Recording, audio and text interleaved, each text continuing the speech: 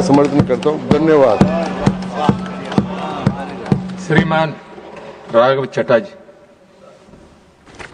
Thank you sir. West Asia में जो ongoing escalation चल रही है उसके चलते सर ग्लोबल फाइनेंशियल मार्केट्स में एक वोलेटिलिटी देखी जा रही है और भारत में भी सर शार्प इरोजन देखा गया है इन्वेस्टर वेल्थ में।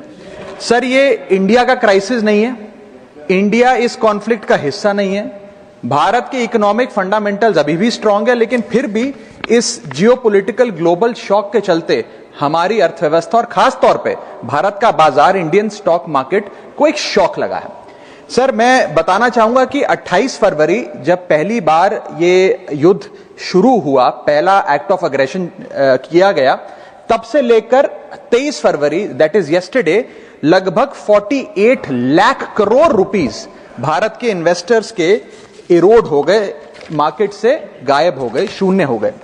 एफपीआईज ने 52,000 करोड़ रुपए 1 मार्च से लेकर 15 मार्च के भीतर भारतीय बाजार से निकाल लिया, रुपया 94 पहुंच गया। ये तमाम चीजें एक रूटीन करेक्शन नहीं है सर, ये कॉन्फ्लिक्ट ड्रिवन शॉक है।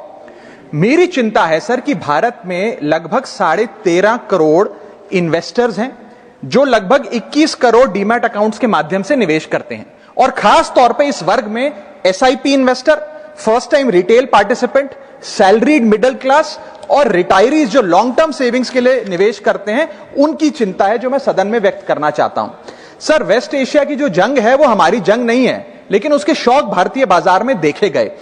It is a black swan event because it has been triggered suddenly, externally, and it is unrelated to the underlying Indian economic fundamentals.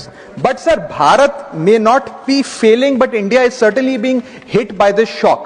और मेरा सरकार से ये अनुरोध रहेगा that the government, when they encourage citizens to enter the global markets or the capital markets in particular, the government cannot disappear when external shocks hit the household wealth. इसीलिए मैं अनुरोध करता हूं कि कुछ रिलीफ भारत के इन्वेस्टर को सरकार द्वारा दिया जाए। पहला रिलीफ जो हो सकता है सर वो ये है कि रिटेल इन्वेस्टर को टारगेटेड रिलीफ दिया जाए।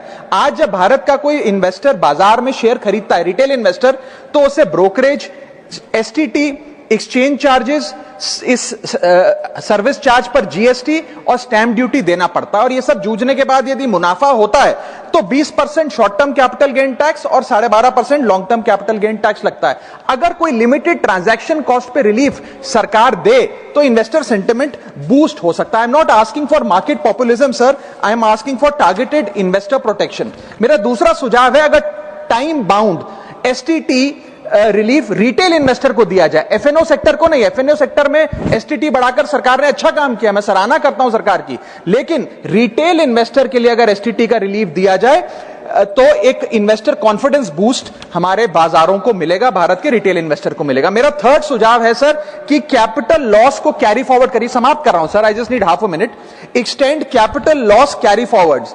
आज भारत का इनकम टैक्स जो लॉसेज होते हैं बाजार में, उन्हें 8 साल तक कैरी फॉरवर्ड करने की अनुमति देता है। इसे बढ़ाकर 12 से 15 किया जाए इस क्राइसिस विंडो में जो लॉस बुक हो रहा है। Sir I am just finishing.